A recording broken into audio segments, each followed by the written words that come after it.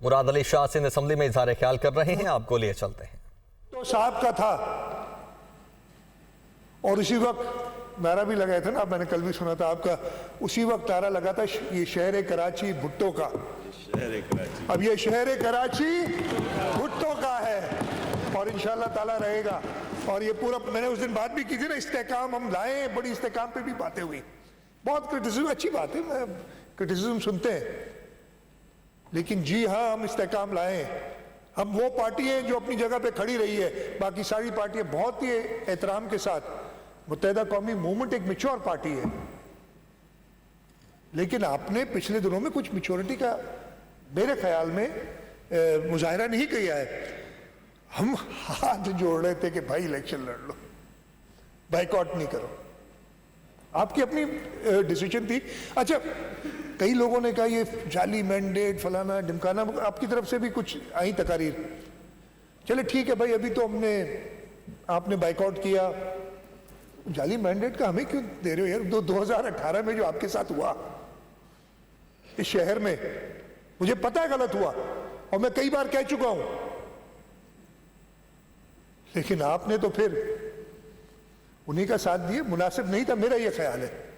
میں سینسس پہ ہی بات کروں گا، بہت باتیں ہوئی ہیں ادھر، وہ بتاؤں گا کہ کیا ہوا ہے۔ تو میں یہی کہنا چاہ رہا ہوں کہ اپنے ساری ویکنسز کا الزام ہمارے اوپر نہ لگائیں۔ آپ نے ایک میچور پارٹی ہے، آپ کا مینڈیٹ ہے، آپ اس کو پولیٹیکلی حاصل کریں، انسٹیڈ کہ آپ یہ سمجھیں کہ جی کسی اور طریقے سے ہمیں خود سے مل جائے گی، پہلے شاید یہ ہوا کرتا تھا، اب یہ نہیں ہوگا۔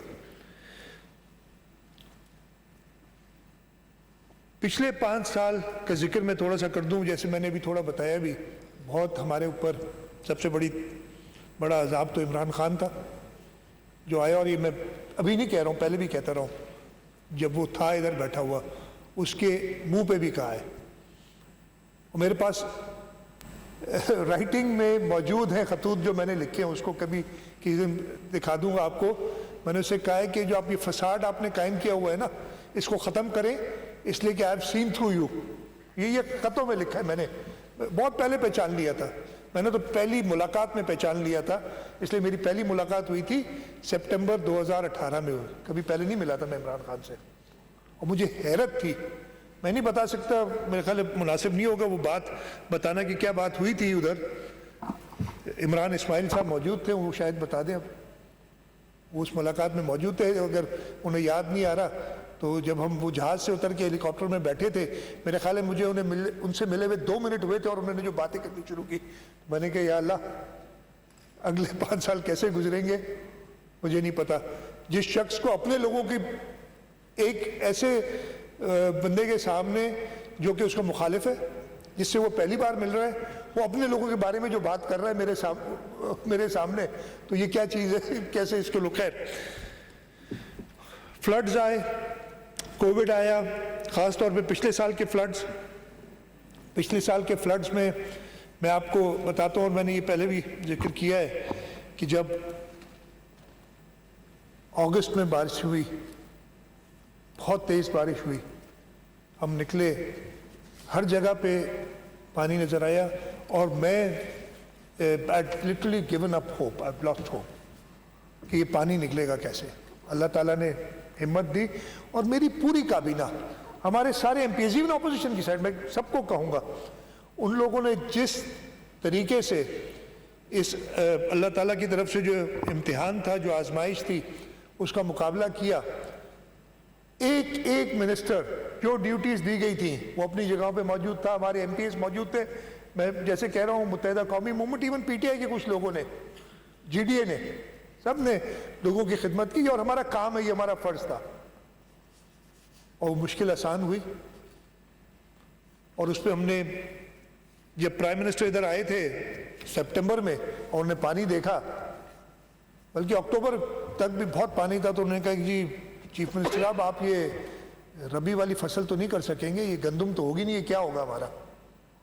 تو میں نے انہیں کہا تھا پرائم منسٹر صاحب آپ یقین رکھیں، ہماری کوشش یہی ہوگی کہ انشاءاللہ تعالی ہم اپنی نہ صرف گندم کی فصل کریں بٹ ریکارڈ فصل کریں۔ اللہ تعالیٰ نے مدد کی،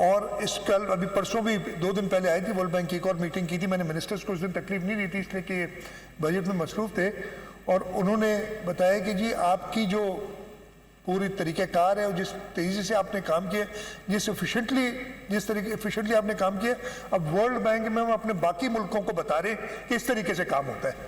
تو آپ چاہے نا کوئی مانے یا نہ مانے, یہ پوری دنیا میں انشاءاللہ تعالیٰ سندھ کا نام ہم نے روشن کیا ہے. میں اگلے سال کے بجٹ کے تھوڑے سے نمبرز بتا دیتا ہوں, and then I will come to some specifics. یہ ایسے ہی آپ سب کو پتہ ہے 2.24 ٹریلین کی بجٹ ہے, جس میں 1.353 بلین کے ہمارے فیڈرل ایسٹیمیٹس ہیں ریسیٹس کے, اور 469 بلین کے ہمارے ٹوٹل 1.82 بلین کی 1.82 ٹریلین کے ریسیٹس ہیں. اور ہمارا ڈیولپمنٹ پورٹ فولیو جو ہے انشاءاللہ تعالیٰ اگلے سال ہم نے پیچ کیا 700 ارب روپے پہ, اور میں یہ بتاؤں گا ہم یہ کیسے اچیو کریں گے. انشاءاللہ تعالیٰ اچیو کریں گے.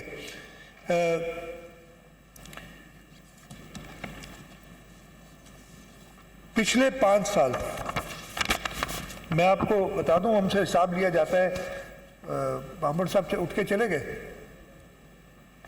وہ ہوتے تو میں ان کو بتاتا, پتہ نہیں وہ کل کھڈڑو ٹاؤن کے بارے میں پریشان تھے پرسوں. بھائی کون جیتا ہے وہ, آپ کو پتہ بھی نہیں ہے؟ ہاں, تو یہ تو پریشان ہو رہے تھے کہ 3 والا کہہ رہے پر رزلٹ اناؤنس ہے. وہ بھائی 9 ووٹ تھے, 9 کے 9 ووٹ جی ڈی اے کو پڑے. اس پریشانی کی بات ہے, بہت پریشان تھے, اور انہوں نے یہ بھی کہا کہ پیسوں ونجے کہ تھے تو بدایا تو صحیح, یہ بدائن لائے ہوئے یہاں اتنے آئے کون پان سائیں. ہمیں پچھلے 5 سالوں میں 3.8 ٹریلین روپے 3.8 ٹریلین فیڈرل گورنمنٹ سے ملے, 1.17 ٹریلین ہماری اپنی ریسیٹس تھیں. ٹوٹل تقریباً 5 ٹریلین کے قریب ہم نے پیسے ہمیں ملے ہیں پچھلے 5 سال میں. ہر سال کی ڈیٹا ہے. اور اس میں جو ایکسپینڈیچر ہوا ہے, سب سے بڑا ایکسپینڈیچر آپ سب کو پتہ ہے ہمارا سیلریز کے اوپر ہوتا ہے. 5 ٹریلین میں سے 2.6 ٹریلین صرف سیلریز, جس میں امپلائی ریلیٹڈ ایکسپینسز اور امپلائمنٹ ریٹائرمنٹ بینیفٹس ہیں, وہ خرچ ہوئے ہیں. وہ ایئر وائز بھی ہے, میں ڈیٹیل میں نہیں جاتا. اچھا, ہمارا جو کرنٹ ریونیو ایکسپینڈیچر ہوا ہے, جس میں جو میں بڑے بڑے ڈپارٹمنٹ میں ان کا ذکر کر لیتا ہوں. ہمارا شاہ صاحب آپ یاد کر رہے تھے, میں آگے میں لابی میں بیٹھا تھا, میں کہا شاہ صاحب بار بار یاد کر رہے ہیں, میں چہرہ دکھا دوں تو میں تقریر سن رہا ہوں. آپ ادھر بیٹھتے تھے لابی بیٹھ کے, ادھر بھی سکون ہے. وہ اچھا میں بول رہا تھا تو سکون نہیں تھا. اچھا جی, اس میں جو بڑے ڈپارٹمنٹس ہیں اس کے اندر 442 بلین ہم لوکل گورنمنٹ کے نان ڈیولپمنٹ سائڈ کی میں بات کر رہا ہوں, یہ خرچ کر چکے ہیں. ایجوکیشن میں 909 ارب روپے, اس میں سیلریز وغیرہ شامل, آپ یہ کوئی کاؤنٹ کرے گا یہ تو یہ 5 ٹریلین سے بڑھ گئے. یہ نان ڈیولپمنٹ ایکسپینڈیچر ہے. 909 ارب روپے ہمارے ایجوکیشن پہ 5 سال میں خرچ ہوئے. اور مجھے بڑی خوشی ہے کہ کچھ ڈپارٹمنٹ, فار ایگزامپل ہم نے گرانٹس جو یونیورسٹیز کو ہیں جو بالکل چھوڑ دی تھی فیڈرل گورنمنٹ نے, ہم نے 5 سال میں تقریباً 50 ارب 48.9 بلین کی گرانٹس ہیں وہ دی ہیں. ہمارا جو department for empowerment of persons with disabilities ہے